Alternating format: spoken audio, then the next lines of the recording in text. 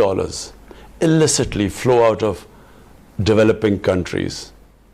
My government came with a robust public mandate to get rid of this menace from our country. We have taken several initiatives domestically. But what is needed, what is required, is strengthening international cooperation to bring perpetrators of financial crimes to justice. We welcome the interim report of the Fact-Eye panel.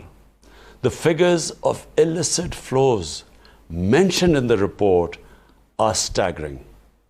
$1 trillion is taken out each year by these white-collar criminals. $20 to $40 billion is in the form of bribes received by these corrupt white-collar criminals. $7 trillion in stolen assets is parked in these safe tax haven destinations. $500 to $600 billion is lost each year in tax avoidance by multinational companies. This bleeding of the poor and developing countries must stop. The international community must adopt decisive actions. And these are the ones I propose.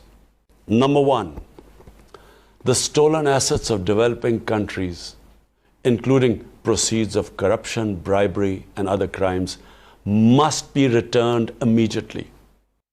Two, the authorities in haven destinations must impose criminal and financial penalties on their financial institutions which receive and utilize such money and assets.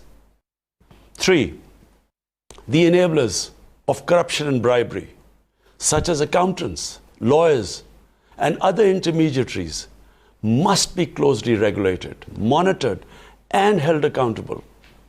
Four, the beneficial ownership of foreign companies must be revealed immediately upon inquiry by the interested and affected governments.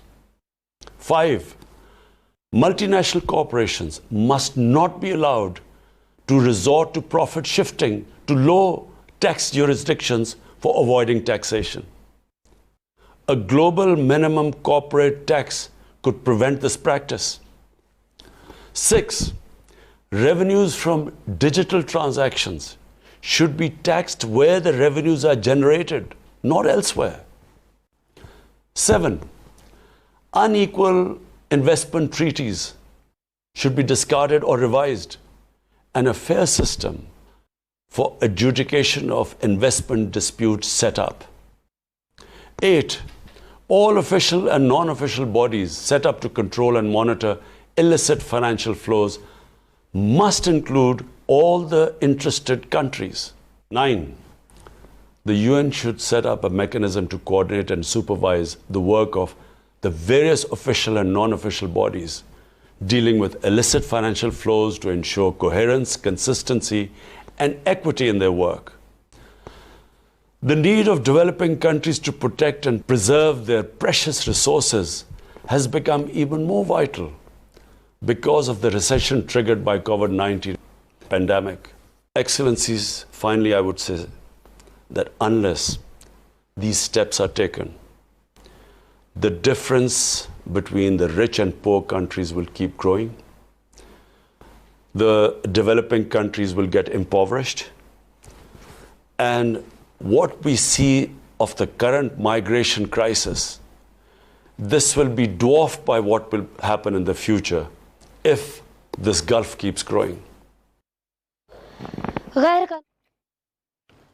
वज़ीर-ए-आज़म इमरान खान का अक़वाम मुत्तहिदा के panel से खिताब, कहा हमने domestically 7 step उठाए हैं। तरक्की पज़ीर ममालिक का पैसा चोरी होकर तरक्की याफ्ता ममालिक में पहुँच जाता था। हमने चोरी शुदा पैसे जो करप्शन की सूरत में इकट्ठा किया जाता था उसको भी रोका। उन्होंने कहा कि मेरी दुनिया से दरख्वास्त है कि तरक्की पज़ीर ममालिक की करप्शन की सूरत में चोरी होकर तरक्की याफ्ता ममालिक में पहुँचने वाले पैसे को रोका जाए। जी हाँ, आपको बताएं कि ये आला सतही पैनल से खिताब था वज़ीर आज़म की ज़ेर सदारत इजलास गुज़श्ता दौरे हुकूमत जो हैं उनके हवाले से किया गया है। उन्होंने कहा कि मेरी दुनिया से दरख्वास्त है कि तरक्की पजीर ममालिक के करप्शन की सूरत में चोरी होकर तरक्की याफ्ता ममालिक में पहुँचने वाले पैसे और उन ममालिक को वापस किए जाएँ।